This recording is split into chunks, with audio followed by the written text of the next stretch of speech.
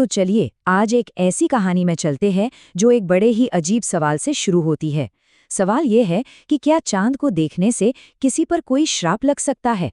ये कहानी हमें दिखाती है कि कैसे घमंड का एक छोटा सा पल पूरी दुनिया को मुश्किल में डाल सकता है और कैसे सच्ची दोस्ती किसी भी मुश्किल को पार कर सकती है। तो आइए इस दिलचस्प कहानी की गहराइयों में उतरते हैं।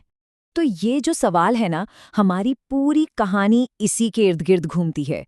और ये कोई अंधविश्वास नहीं है, बल्कि एक बहुत ही शक्तिशाली श्राप का नतीजा है जिसने देवताओं की दुनिया में भी उथल-पुथल मचा दी थी।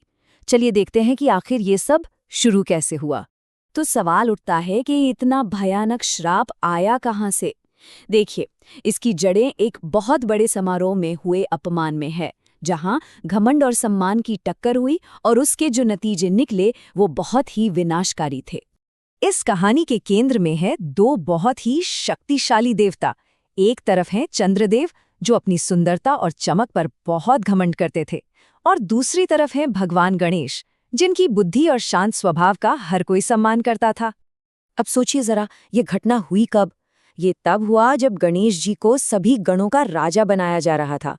मतलब वो उनके जीवन का एक बहुत ही सम्मान वाला पल था। और ठीक उसी वक्त चंद्रदेव अपने घमंड में चूर सबके सामने उन पर जोर से हंस पड़े।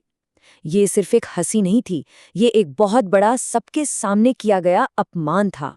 इतना बड़ा अपमान, इसे भला कैसे नजरअंदाज किया जा सकता था? चंद्र की वो एक छोटी सी हंसी उन्हें बहुत भारी पड़ने वाली थी, क्योंकि इसी हंसी ने एक ऐसे शक्तिशाली श्राप को जन्म दिया जो पूरे ब्रह्मांड को बदलने वाला था। और फिर मिला श्राप, बिल्कुल सीधा और कठोर। गणेश जी ने कहा, जिस तरह तुमने मेरा अपमान किया है, उसी तरह अब जो कोई भी तुम्हारी ओर देखेगा उस पर झूठा आरोप लगेगा और उसे अपमान सहना पड़ेगा। सोचिए, जो चांद कवियों और प्रेमियों के लिए एक प्रेरणा था, वो अब दुर्भाग्य और डर का कारण बन गया था। ये सुनते ही बाकी देवताओं में तो जैसे हड़कंप मच गया। उन्हें फौरन समझ आ गया कि अरे, ये श्राप तो सिर्फ चंद्र के लिए नहीं, बल्कि पूरी दुनिया के लिए एक मुसीबत है। अगर लोग चांद को देखने से डरने लगे तो दुनिया का संतुलन ही बिगड़ जाएगा। तो फिर एक रास्ता निकाला गया। श्राप इतना शक्तिशाली था कि उसे पूरी तरह खत्म तो नहीं किया जा सकता था, लेकिन उसे थोड़ा बदला जरूर जा सकता था। तो ये तय हुआ कि अब ये श्राप सिर्फ एक रात के लिए असर करेगा, गणेश चतुर्थी की रात। इस रात चांद को देखना मना होगा। ये हर साल चंद्र के किए गए अपमान की याद दिलाएगा।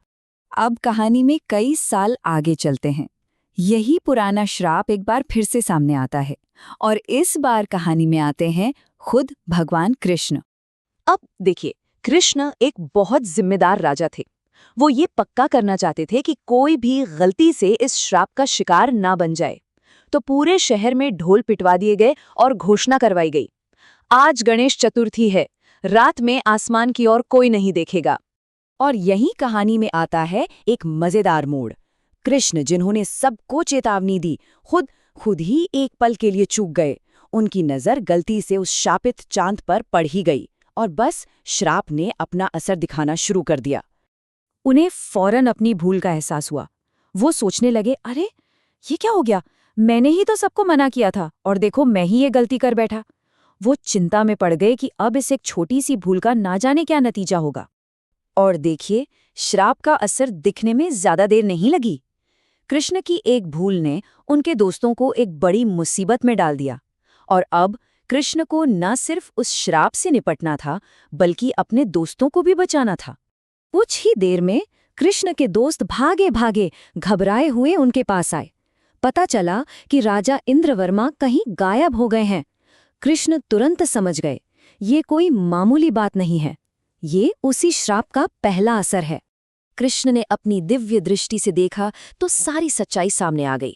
असली मुजरिम था एक असुर, कालसुरा, जिसका किला आसमान में तैरता है। उसने राजा इंद्रवर्मा और कई दूसरे राजाओं को भी बंदी बना लिया था, ताकि वो उन सब की ताकत का इस्तेमाल करके एक विनाशकारी मंत्र सिद्ध कर सके। अब मुश्किल ये थी कि दुश्मन तो हैं आसमान में, एक उड़ते हुए किले में, और ये लोग हैं जमीन पर। तो सवाल ये था कि वहां तक पहुंचा कैसे जाए, वो भी तब जब कोई उड़ नहीं सकता। और यहीं पर कृष्ण की सूझबूझ काम आई।